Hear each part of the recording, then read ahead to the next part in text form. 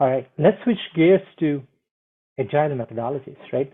The whole organization, I mean, if you're a SaaS company, I think you're already agile, like your software development is already agile. But all the teams within a company are moving towards agile methodology. Finance teams are actually well known for their rigid and manual ways of working, right? And we have seen this over years. But now, thanks to you, like people like you, who are championing agile methodologies in finance teams, have you seen that change happening already in an organization? And how are finance teams taking it? Yeah, actually, for me, let's say agile. There are many agile methodologies. You have Scrum or many others, and then that's the base for everything if you want to transform.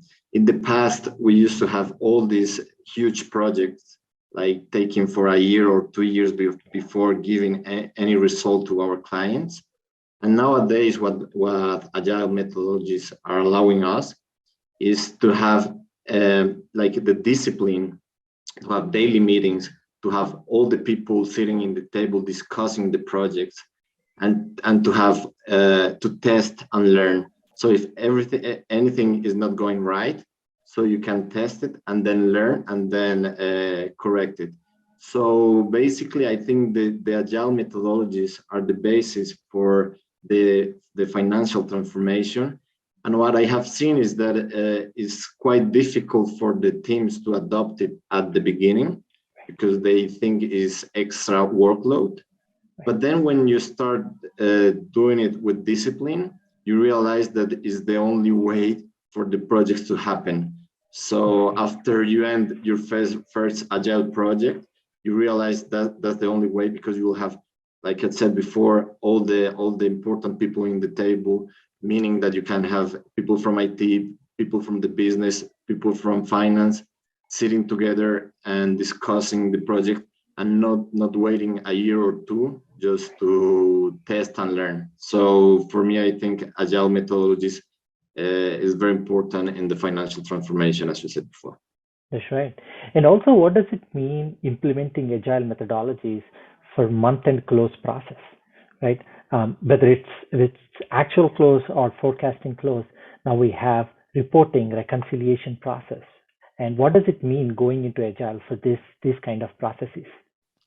I think the way we use it, the agile methodologies, is more for projects. So the way that we can improve the monthly closure through a project. So let's say like we don't use it for something that we have to do every month, but we use it to change it.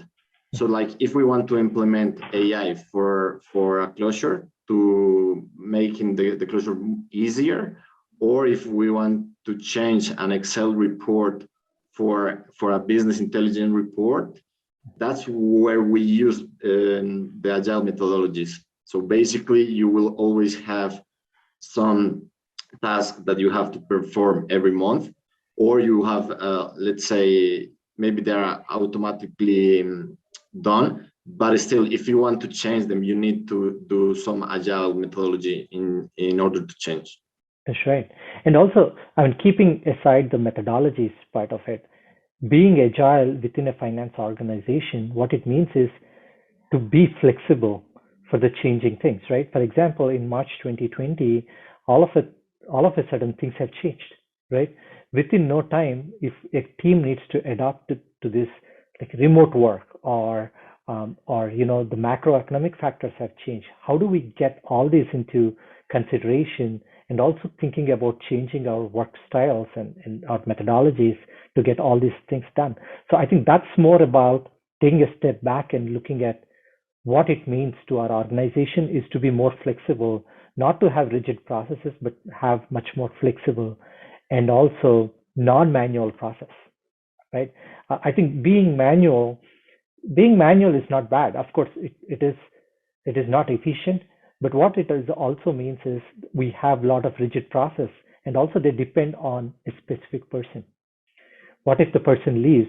How do we cope up as a team, and who is going to replace it? So we need to consider all these factors, and I think agile methodologies really help in finance teams. Right.